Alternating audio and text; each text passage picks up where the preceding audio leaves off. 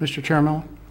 Sure. First off, I'd like to point out that there's only one developer on this committee, not a whole bunch of them. Mr. Scholl and Mr. Caldwell aren't developers. The second thing is I agree with Mr. Bezonet. There's a problem with allocating the way that it has been done. I think that there is no actual nexus here as far as some of the fees that have been increased. And I guess I agree with Rick on that, because that's what he's saying, is we need to continue to look at that. I have a big problem with recovering these costs simply to increase the amount of money that's in the general fund at the expense of the business community.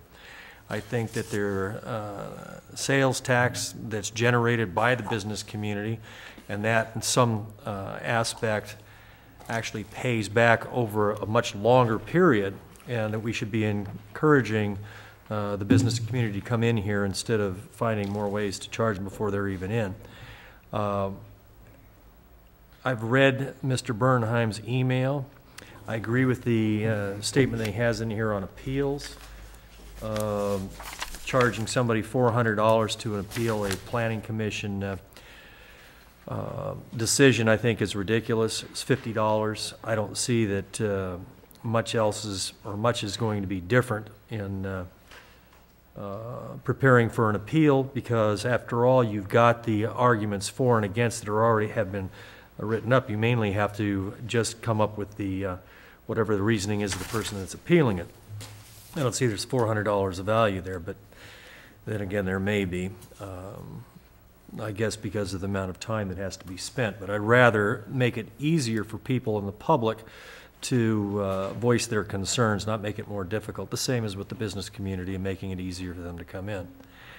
The other thing that I had in here was, what I was saving was, we were asked to make recommendations on a couple of other things, and one was the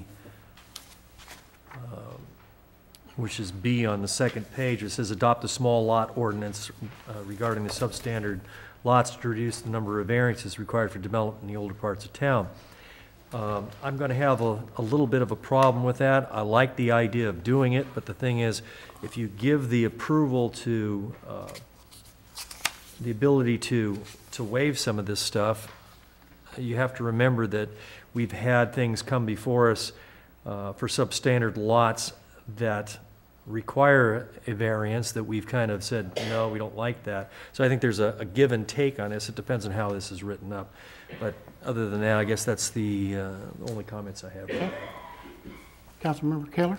Okay. The one thing that I have thought about whether I was sitting out there or up here is that these fees need to be reviewed annually, or set a time every 2 years, 3 years, whatever, because it doesn't necessarily follow that they're always going to go up. They might go down.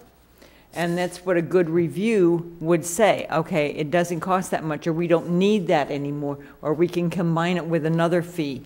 And I think that we should never let this length of time go by again without some review.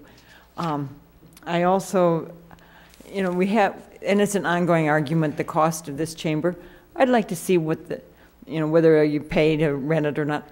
I would like to see presented, and I'm sure it's available, the rough cost of what it costs the city to have this open, so that the groups know what kind of free, what they are getting when they ask to use this. Is it costing the city of Dixon $100 or $200 or $50, whatever, to have this chamber available for them at no charge to them, but it is costing the city, and I think that's a fair thing to find out, for them to know.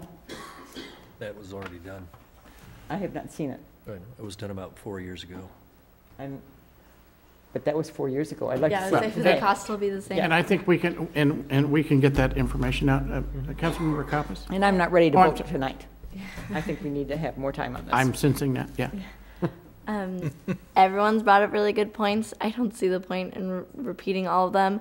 I agree that we don't have, I don't think it's right that we move on it tonight. I do think that it should be looked into, though, on incrementally increasing the rates. If we're going to be talking about looking over every year at those increases, I think that if we're going to be directing staff, it'd be to see what they can do to encourage development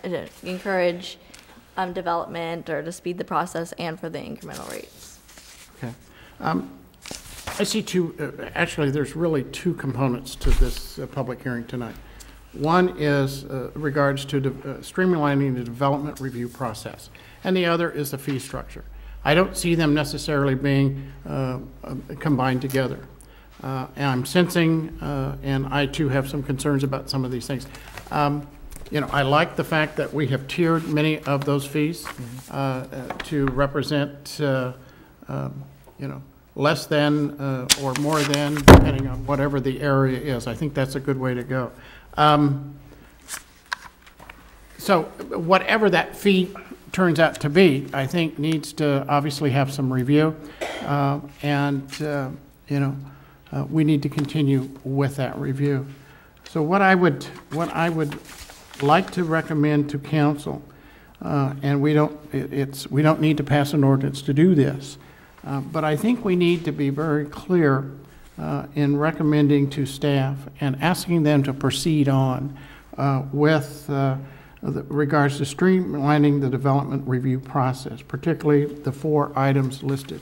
And that is revise the zoning ordinance, adopt a small lot ordinance, revising the zoning ordinance to delegate staff the authority to approve design review, which I think will then reduce delays and you know, the red tape, if you will, and consider revising the subdivision ordinance.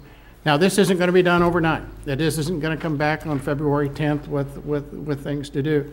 But I think we need to be very clear to our staff and ask them to move forward with these, and as they recommended, and proceed with the goal of presenting one of the above recommended each quarter over the next year. And then at the same time, they've taken notes. We have, I think it's pretty clear, some of our concerns, and not necessarily just the rental of the council chambers, but other issues as well. So I would like us, if we could, to come to an agreement on the first part of the recommendation, and that is to direct our staff to move forward with the streamlining process, and then to continue the second part and allow this committee to get back together with both Janet and David to come back and make some further refining. Now, having said that, I need to remind everybody that there is no fee that's going to be perfect. Now, we can keep refining this and refining this and refining this. There will always be, and not to pick on Mr. Bernheim, but there will always be the Bernheims and others who have talked tonight. And I know Bill really well, and he knows that I'm not singling him out personally. And if he doesn't, then he and I'll get together after the meeting tonight. But there will always be those in the community, let me put it that way, who will disagree with what we come up with.